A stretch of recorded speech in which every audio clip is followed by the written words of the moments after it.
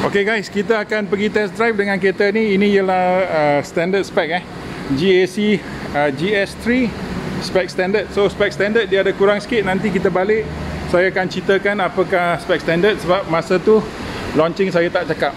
Kekurangan dia ialah tak ada fog lamp lah. Dan dia punya seat dalam ialah fabric, seat fabric, dan bumbung dia semua berwarna body color. Ini pun body color.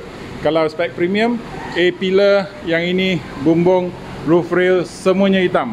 Di belakang pun sama, semuanya hitam, termasuk dia punya spoiler. Tapi kalau dia spek standard, semuanya body color, body color. So saya tunjuk kereta sekejap. Ok, jom kita pergi test drive.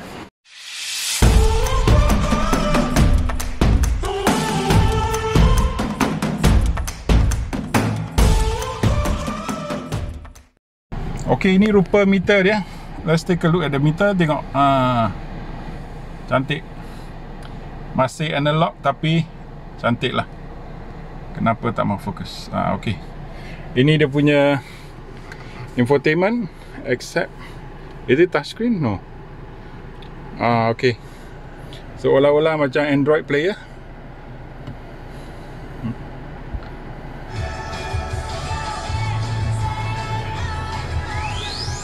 Boleh tahan, boleh tahan. Dia punya sound system boleh tahan. Ok, ada Android player punya option. Oh, ada touchscreen. Picture, video, vehicle setting, system setting, Apple CarPlay. Tak ada Android Auto Itu saja yang ada. So jom kita test drive. Siapa-siapa yang nak beli kereta GAC, Nissan, Renault, boleh datang jumpa kawan saya. Nama dia Ron. Tengok, ini muka dia. Dia malu Ron. So saya akan bagi nombor handphone dia.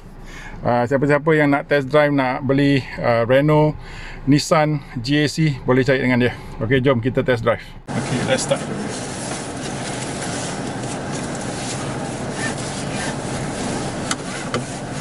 Ok, tujuan video ni ialah untuk tengok apakah kebolehan kereta ni, dan kedua ialah mampukah kereta ni menjadi persaingan di segmen yang paling hebat sekali, iaitu compact SUV. So kita dah tengok kereta 2008, Proton X50, Honda HR-V, Toyota Corolla Cross, Hyundai Kona, semua kita dah test drive. Kereta ni mencabar skill kita.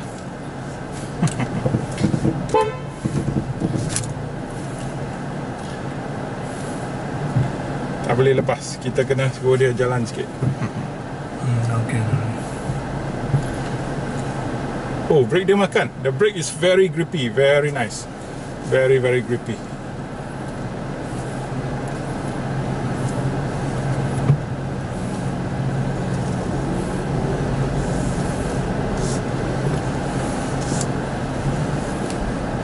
Ok, saya akan bagi feedback tentang respon engine, dan saya akan bagi spek kereta lepas kita balik. Saya dah lupa dah apakah spek kereta. Do you remember the specs, Aaron? Yeah. Yes. You turn on from here. Ok, memang sangat sempit.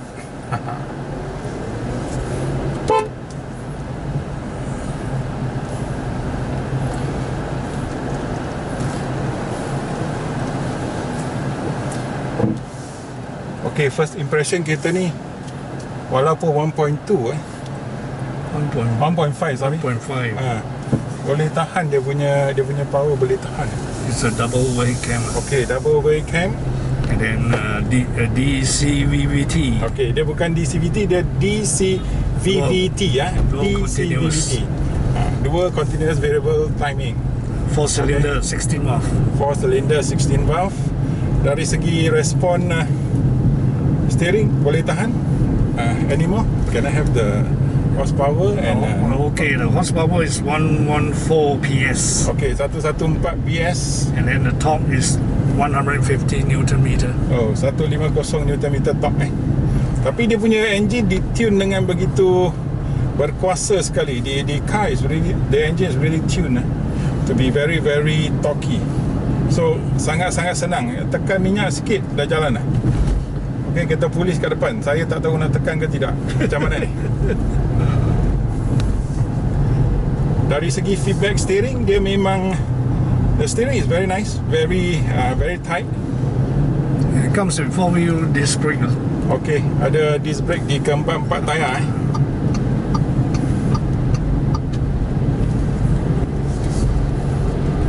Okay, kita cuba. Okay. Dia ada dua tahap pedal minyak. Tahap yang pertama dia seperti HRV lah. Kereta ditune dengan begitu torquey sekali. So initially untuk pick up dia memang bagus. And they have the 3 mode also. Okay, dia ada driving mode, ada 3 Manual, drive, and eco. Okay. So you can select from this button. Can we see where we are And now? this is the button. And now we are in drive. Okay. So you want to try manual? Okay, can try. This is manual. Oh, dia boleh nampak gear bila dah And masuk. then you change your gear over here. Okay. Plus and minus lah. Plus and minus is over here. Okay, dia punya plus minus dekat atas gear tau, tempat pemegang gear. So plus minus, boleh turun gear, boleh naik gear. Oh, memang bagus. Okay, dah salah lorong, tak apa. Alright. Third gear. Boleh tahan. Bila manual dia boleh tahan. Dia punya feedback lebih bagus. Not bad. Okay, gear 3 Oh, horn dia memang garang lah.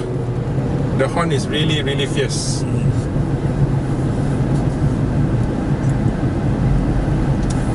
Okay, saya turun gear kedua, second gear. Nanti saya tunjuk macam mana saya tukar gear. Dia punya button ada butang di pemegang gear knob sana.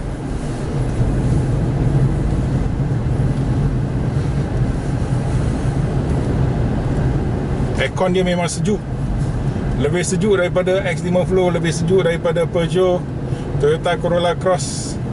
Activa saya pun lebih sejuk Honda Jazz pun lebih sejuk. Memang bagus dia punya aircon. So isu aircon di belakang, dia tak ada aircon di belakang, mungkin tidak menjadi isu sebab aircon dia berkuasa. Aircon is very cool. Very cool. So it's a non-issue if you are actually seated at the back without the rear aircon vents. So I'm on second gear. I want to go to third gear. Take the corner. Ambil corner Oh, not bad. Keep to the left. Okay. Boleh tahan agak tajam dia punya cornering. Dari segi handling kereta dia hampir setaraf dengan X50. Dia boleh mengejar Peugeot 2008. Kalau kita nak bandingkan dengan Corolla Cross, HRV, kereta ni punya handling lebih sharp. The handling of this car is much sharper than Corolla Cross, the Japanese cars. The HRV much sharper. Lebih tajam daripada Activa lah, tak payah cakap. Activa kalah lah dari segi handling. Dari segi steering dia lebih berat sedikit, tapi itu cukup. Okey, dia tak jadi masalah. Tapi steering dia berat supaya anda tak ada buat sudden movement. Okey, dari segi tukar arah saya cuba tukar arah. Okey, gear 3 Surprise. Gear 4. Okey, insulasi bunyi 100. Kita dekat 100 sekarang. Bunyi angin tak banyak. Bunyi tayar ada sikit. Tapi jalan sebenarnya kasar lah. The road is rough, so you can hear a bit of tire roar. So dari segi insulasi bunyi, dia menang daripada Toyota Corolla Cross. Dia menang daripada HRV. Kalau cakap dengan Peugeot 2008 lebih baik sedikit. Dari segi X50 lebih kurang sama. Kalau dari segi Activa, dia menang Activa sikit lah. Driving position dia duduk agak tinggi berbanding kereta seperti X50, berbanding kereta seperti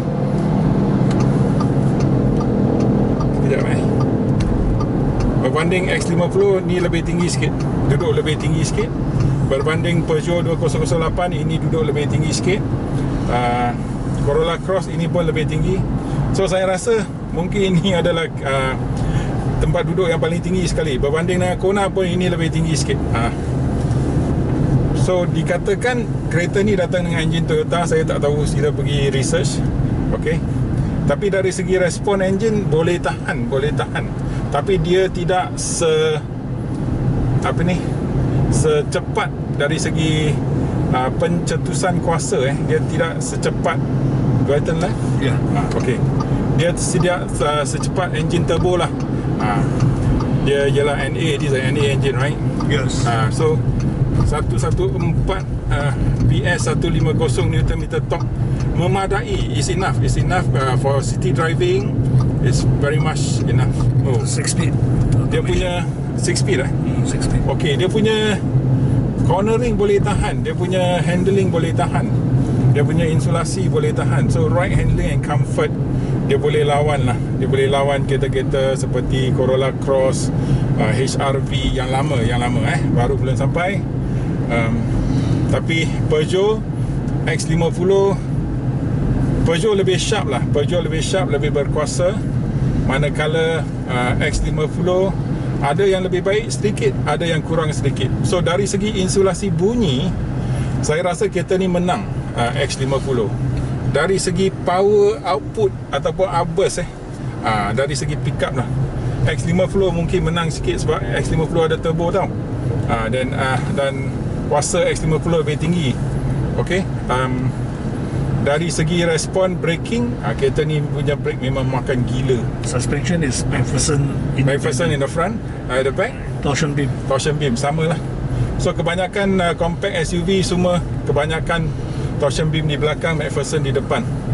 So tapi dari segi handling kereta ni boleh tahan. So kalau kita nak cakap kita bawa Hyundai Kona, Kona dari segi power dia lebih power sebab itu ialah 2.0, ini 1.5 1.5. Dari segi keselesaan, Hyundai lebih lembut sedikit suspensi yang ini lebih keras. So maka bila kita nak ambil corner yang ni lebih tajam lah dari segi ambil corner. Okay. And then on top of this we got the power sunroof. Dia ada power sunroof. Dia bukan moonroof, minta maaf. Dia boleh buka. Dia punya sunroof boleh buka. So dia straight or right? Go straight. Go straight. And then it comes with you got a hill start pole control. Okay, dia ada hill assist. And then hill descent control. Hill descent. I turn right and then you turn right here and then you turn left. Okay. And then you got blind spot also. Okay, dia ada blind spot. Blind spot memang penting bila kita bawa dalam bandar, especially sebab banyak-banyak rider yang Grab tu semua. Ini memang penting. Turn left and then you turn right to the lane. Okay, this one. And that where's we come out from. Alright. Signal di sebelah kiri.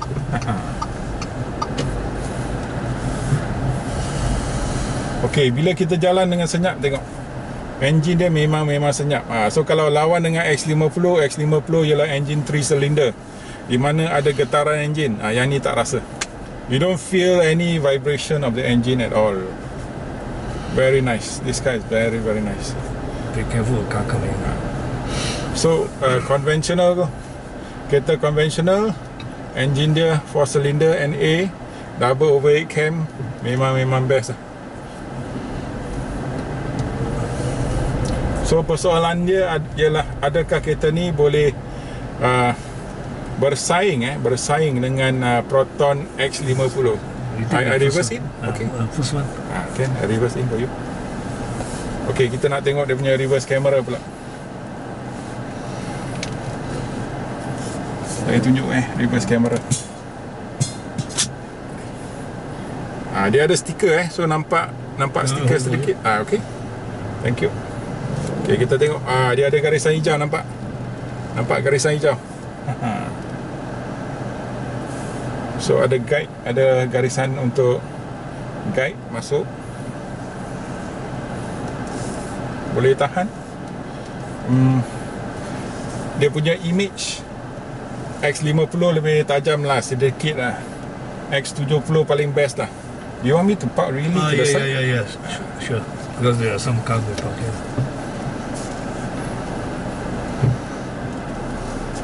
So So kita tengok sekali lagi dia punya reverse camera. Okay, steering dia boleh tahan lah bila kita nak parking kan. Dia punya steering boleh tahan. Kita nak kendalikan dengan agak senang. Very easy to maneuver the car, especially in tight spaces. And now that you have the reverse cam, it's actually very nice. Thank you very much. Yeah. Okay guys, so ingat, siapa-siapa yang kat Kuala Lumpur nak beli kereta Renault, Nissan GAC, datang cari dengan Ron. Saya akan bagi nombor handphone dia kat bawah.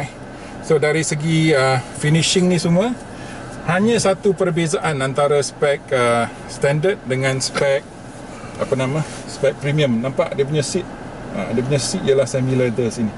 So kalau spek premium dia ialah full leather. And then they have the cup holder. Ada cup holder dekat belakang. Okay, so itu saja untuk test drive kita dengan GAC GS3. Kalau kita nak lawan dengan Proton X50, dia boleh lawan, tapi dia punya kuasa engine kurang sedikit dari segi pickup. Dari segi pickup dia kurang sikit dengan X50 sebab X50 ialah 1.5 turbo dan kuasa X50 lebih tinggi. Kalau kita nak lawan dengan kereta Kona, Corolla Cross HRV, dia mampu berlawan dari segi handling. Dia punya handling lebih sharp daripada Corolla Cross, daripada HRV. Tapi bila kita lawan dengan Peugeot 2008, dari segi kuasa, dari segi handling, dia tewas lah. Sebab Peugeot punya handling lebih sharp, Peugeot punya kuasa 1.2 turbo lebih berkuasa. So itu saja. Kalau kita nak cakap antara kereta ni dengan kereta Pro 2 Ativa punya pickup pun lebih tinggi sebab 1.0 turbo. Tapi dari segi build quality, dari segi insulasi bunyi, handling, kereta ni menang Ativa kalah. Okay, so memang sedih saya. So not bad, kereta ni boleh tahan. Okay, jumpa lagi di video akan datang. Jangan lupa like, share, subscribe. Bye bye. Okay, kita tengok dia punya aircon. Dia punya aircon macam ni.